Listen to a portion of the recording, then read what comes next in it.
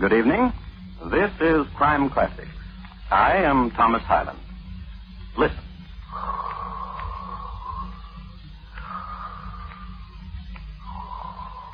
The man you hear breathing is named Thomas Edwin Bartlett. He is in bed and sleeping, breathing deep the night air of Pimlico, England. Mr. Bartlett is a heavy sleeper, a deep breather, too, rhythmical and serene, an almost lullaby quality for young Mrs. Adelaide Bartlett, his wife, who this night sleeps at the foot of his bed. Rhythmical, serene. And just at the stroke of midnight, just when a new year has begun, Mr. Bartlett stops breathing. Mr. Bartlett has just died from having drunk too much chloroform, of all things. His wife wakens, sees it is a new year, and celebrates. Tonight, my report to you on the shockingly peaceful passing of Thomas Edwin Bartlett, greengrocer. Crime Classics, a new series of true crime stories taken from the records and newspapers of every land, from every time. Your host each week, Mr. Thomas Hyland, connoisseur of crime, student of violence, and teller of murders. Now, once again, Thomas Hyland.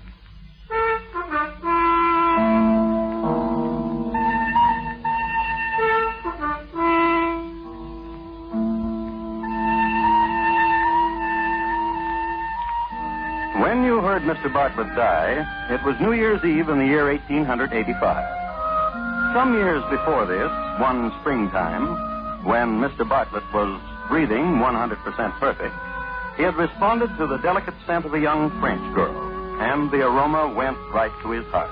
He was suddenly in love with Adelaide Blanche de la Tremoise, age 16. Adelaide! Adelaide! Stop skipping rope. I'm talking to you. You made me miss Zoot. You shouldn't say Zoot, my dear. It's an immodest expression. Zoot. I'm sorry I made you miss. I apologize. I accept. And now will you do something for me? Anything. Of this you are sure? Anything, I swear it. Bon. Take this rope and tie an end of it to the tree. And hold the other end and turn it. And I will jump. Don't you ever get enough of the sport? Zoot, tie the rope. Very well. Adelaide. Oui? Do you like me? Oh, very much. However... What? You puzzle me. Intrigue you mean? I'm glad. Puzzle me. Why you put a sign, gone to fish on your grocery store this last 2 weeks, when it is not so. You are here every afternoon in my yard when I come home from school. I have permission from your brother. Adelaide. You have finished tying the rope? Yes. S'il vous plaît, turn it. Faster!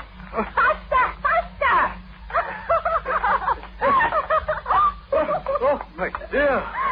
Adelaide, are you hurt? Here, I lift you. Yes, help me. I'm so tangled in the rope. Adelaide. Oh, you are very nice. Adelaide, listen. I like your beard, a black beard. Barbe noire.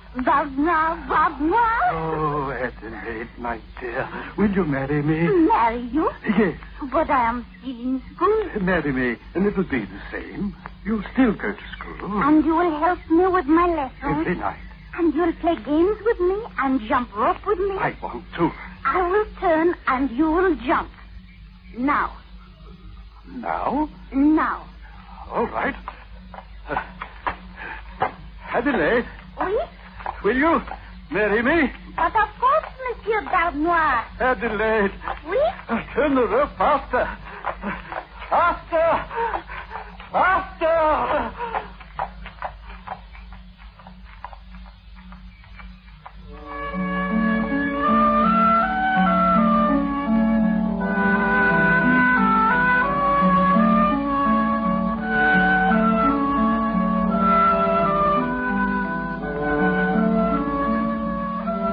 Passion in Pimlico. Participants, Thomas Edwin Bartlett and Adelaide Blanche de la Tremoise. And a good quality skipping rope, which latter, it might be mentioned, came from the shelves of Mr. Bartlett's grocery store. and which, coiled neatly, was his first gift to her. It was a springtime romance and an honorable one. They got married. And according to Mr. Bartlett's word, the marriage progressed to each one's satisfaction. Mr. Bartlett continued at the grocery store, and Adelaide was still a student. It is a matter of record that she was a good student in the subjects of geography, history, and botany. But it is also a matter of record that one day she brought home with her a note from her teacher. Dear Mr. Bartlett, here is your wife's last examination paper in algebra. As you see, the grade is 43. Her square roots are especially weak, as are her solving equations with two unknowns. Something must be done, else your spouse will not pass into the next form. Sincerely, Edgar Becker, Esquire. P.S. I will be glad to tutor your spouse after school hours. Signed, E.B. Esquire. Adelaide, why are you crying? I am not a good wife. You are wrong, my dear. I am not a good husband. I should have been helping you with your algebra. But you help me so much with my lessons. And you get tired and you go to your room and sleep. Oh, husband. Yes? I do not wish it anymore. I do not wish school. I want your school and Mr. Becker to be proud of you. No. My dear, what's the matter? I do not wish to be a schoolgirl wife, but a woman wife, a mother wife. You're so young. Listen to me. A grade of 43 is nothing to fret over. By my cousin Sybil from Nottingham received 23 on her... Listen to me. No, child. You listen to me. I've failed you. I've made you ashamed of yourself. And now I'll make amends. How? I will find you a tutor. A tutor? Not Mr. Becker. Husband. Yes, child. Whatever you say.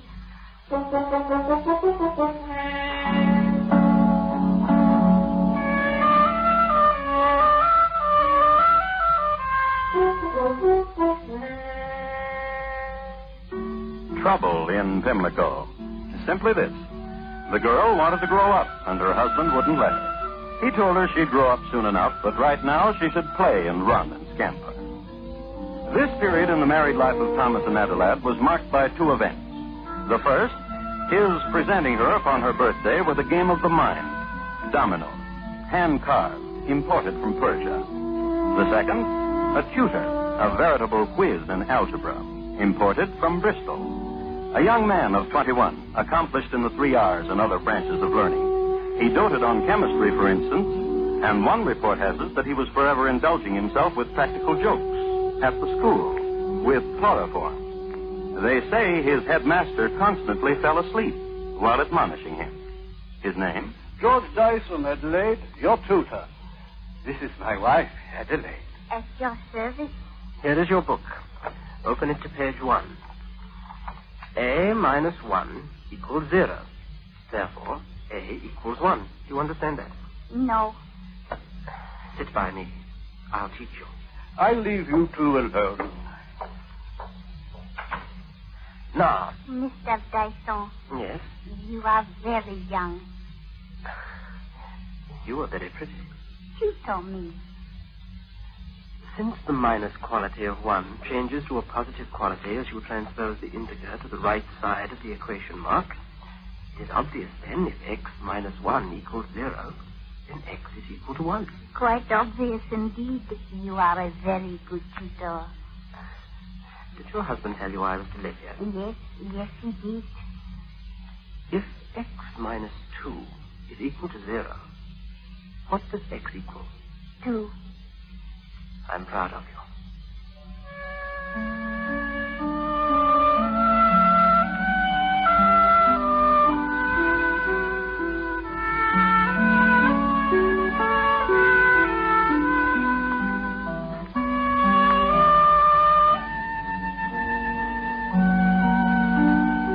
Examination time came around, and Adelaide was at the head of her class. A squared plus B squared is equal to C squared. In the next form, she shone. Algebra was her strongest subject.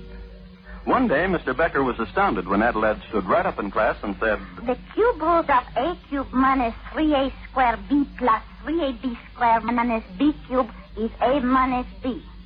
Then came geometry. George was also a whiz at this. More so. George, cher tutor. Stop that. Pay attention to your lesson. George, please. Please what? Please kiss me. First, the theorem. Two triangles are congruent when the two sides and the included angle are coincident. Please kiss me. All right. How do I earn my next kiss?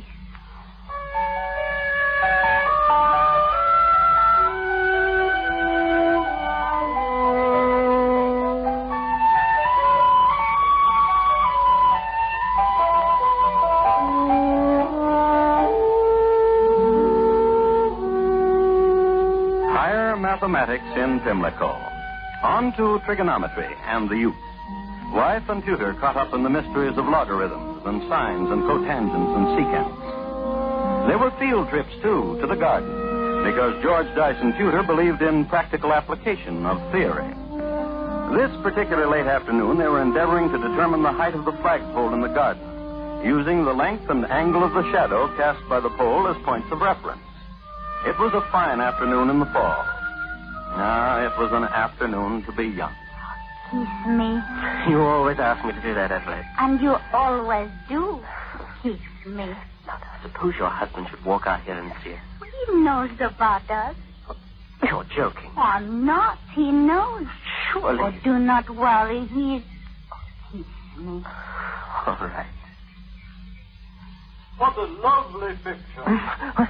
What a lovely autumn picture. Oh, Mr. Bartlett. Of course, kiss her, Mr. Dyson. You deserve it. You both deserve it. Master and pupil.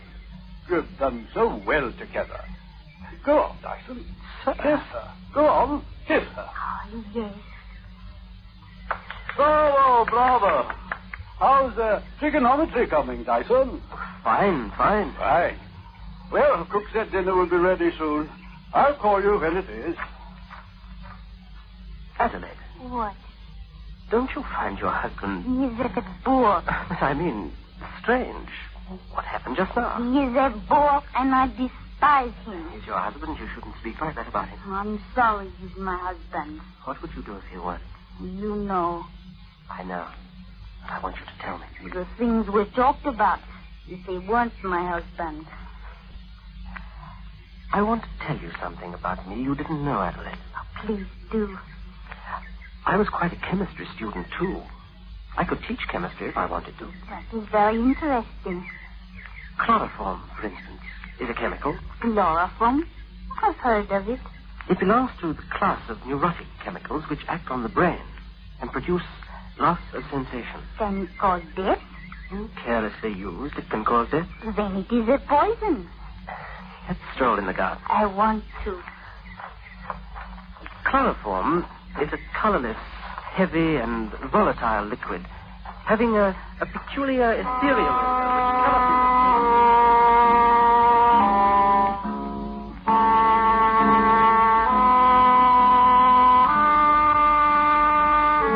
And so they walked hand in hand into the sunset, and they spoke of many things: husbands, autumn roses, cabbages, kings, and chloroform, which is a very deadly poison.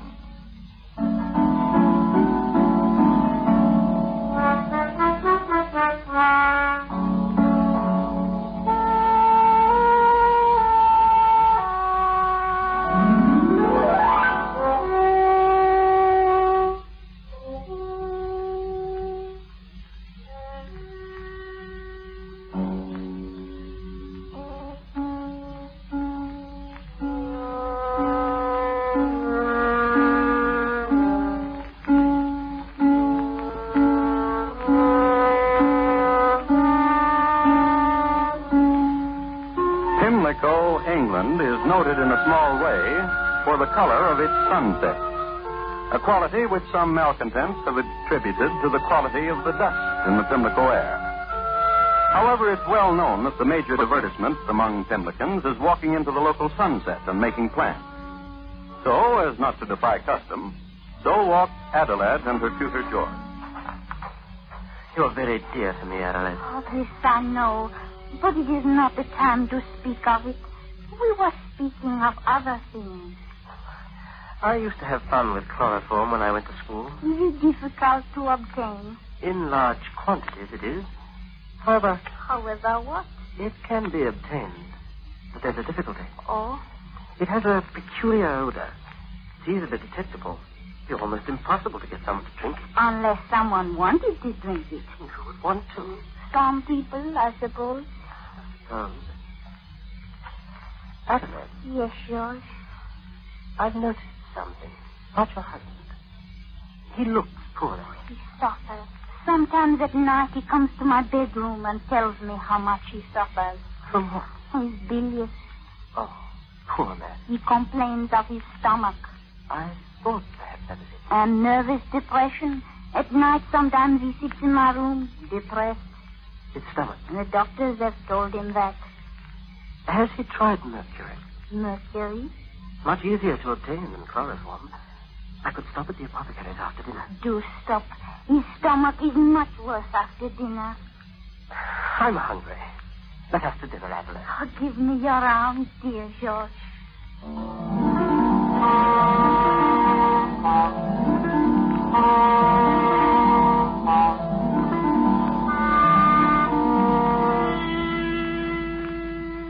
The maidservant was just setting the suckling pig on the table when the young folk entered. Mr. Bartlett greeted them with a wave of his fork, and they sat. The dinner was a success, and as usual, Mr. Bartlett exhibited his clean plate for the applause of his wife and her tutor. Over fruit and cheese, George Dyson begged to be excused. I'll be back in a shake, Mr. Bartlett, with a surprise for you. Slice another melon for me, dear Adelaide. And in half an hour, George returned, which was good time for the course, the house to the apothecary and back. But George was in a hurry. And when he returned, Adelaide was waiting for him in the great hall. Quickly, come. What's the matter? After dinner, he almost fainted. He managed to get into the library where he's lying down. His stomach? In the middle of a melon slice. Oh, Mr. Bartlett. Mr. Bartlett, here, I have something for you. What is it? Here now. Let me help you sit up. Adelaide, that wine glass. Yes. I have something for you, Mr. Bartlett. Something that will make you feel better. What is it? The surprise I promised you. To make your stomach feel much better. George was very good in chemistry at school. You're a good fellow, George. Drink it. Hot stuff. Here, I can't drink any more. I'll leave it here beside you. Sip it when you can. You'll see that when you develop a taste for it, it will be very beneficial. You're a good fellow. Adelaide, Yes. don't worry about me. You have your things to do. Yes. George and I have our lessons. I wouldn't interrupt them for the world. Go, George. Adelaide. We'll look in on you later, Mr. Bartlett. In an hour. Good fellow. Good fellow.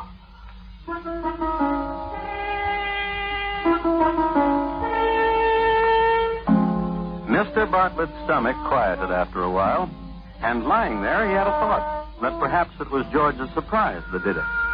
So he forced himself to sip again of the glass. However, in time, Mr. Bartlett did develop a taste for mercury and made it a habit to indulge in a sip after every meal.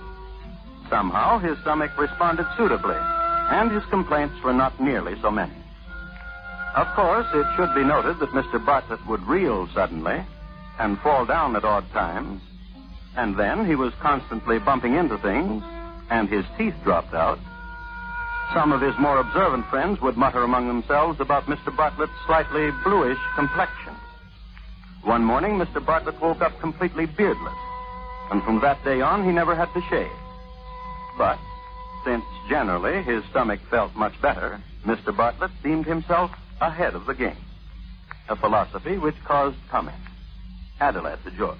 My husband seems happier. Yes, I've noticed. His stomach has improved Because he doesn't eat so much. because he lacks sufficient teeth. Your husband has developed a tolerance for mercury. Yes. Mr. Dyson, Mr. Dyson? You mean George? when will you be finished tutoring me, Mr. Dyson?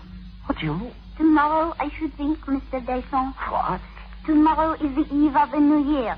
My husband has asked me to join him in private celebration in his rooms. We shall drink to your leaving us. But you and I... But there's one last favor you can do for me. Well, I don't do anything. While you're at the apothecary. Apothecary? While you're there, while you're making the purchase of chloroform, bring me 1 sachet of lavender, a dozen cinnamon sticks, and a dozen licorice twisties for my husband. Then you are giving me one more chance, Adelaide. Mr. Dyson, happy is the day when I shall call you George again. Lavender, cinnamon sticks, chloroform, and licorice twisted. 2 dozen twisties, Mr. Dyson. Good night.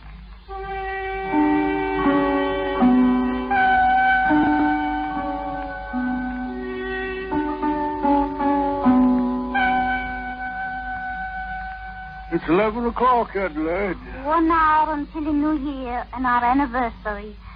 6 years. Thomas. Yes, my dear. You remember how you used to come and watch me jump rope? I had a beard then. And I called you Bartlett. Drink. 6 years, Thomas. We have been married. Drink. I have had enough drink. You finish the bottle.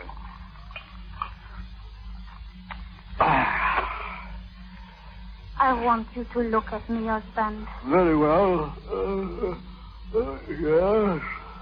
When we were married, I was 16, a child, 6 years ago. Adelaide. You see, husband? No longer a child. I drink to you, a woman. Adelaide. What is it? Have you drunk from this bottle? Yes, I think so. It has a pungency to it, doesn't it? Let me say. Chantilly, 1871. Must have been a strange vintage. A decided pungency.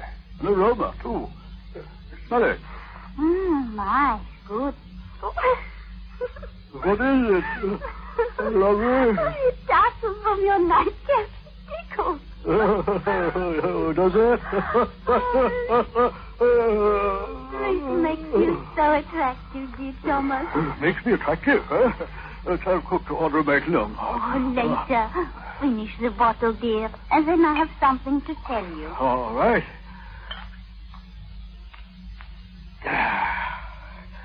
Now, what is it you have to tell me? Oh, you confess it now, do you not, that I am a woman, an attractive woman, yes, and finally a wife, my husband. 6 years now, and you have observed me only as a child and have treated me as...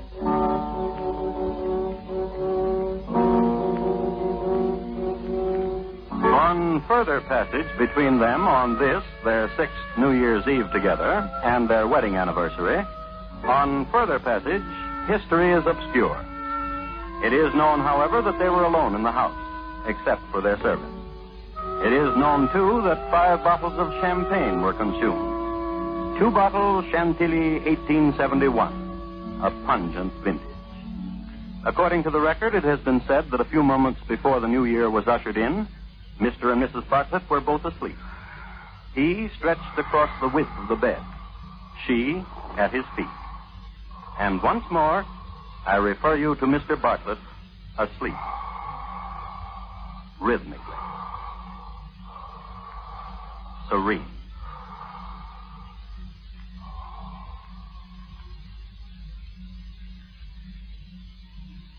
Thomas? Thomas?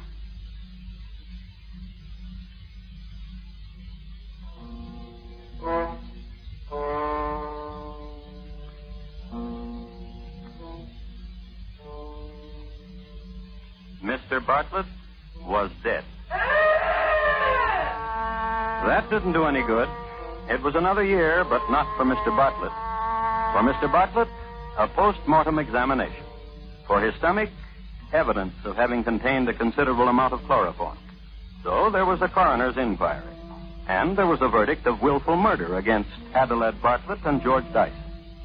At the trial, each made a statement protesting their innocence.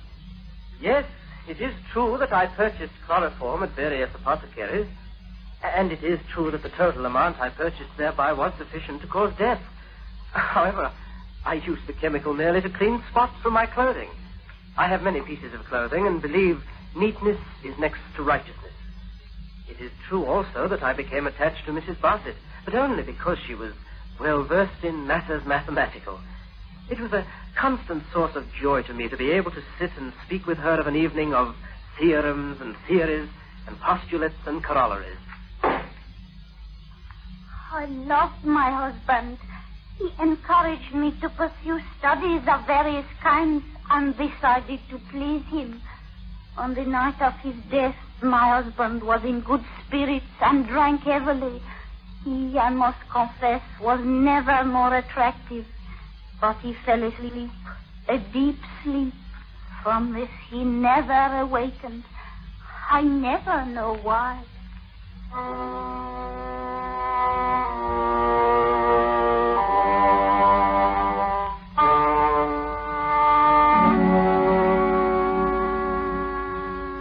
Nor does anyone else know why. The jury debated for 2 hours and returned a verdict of not guilty.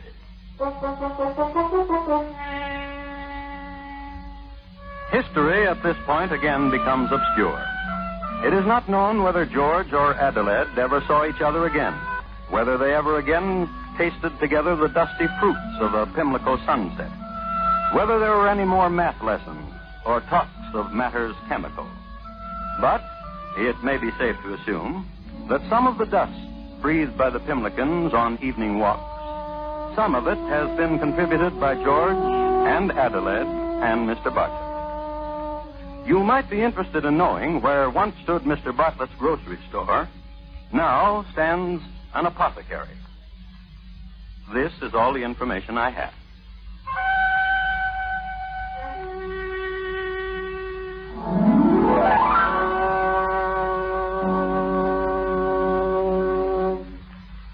Thank you. Good night. Thomas Edwin Bartlett, tonight's crime classic, was adapted from the original court reports and newspaper accounts by Morton Fine and David Friedkin. The music was composed and conducted by Bernard Herrmann, and the program is produced and directed by Elliott Lewis. Thomas Hyland is portrayed on radio by Lou Merrill. Thomas Edwin Bartlett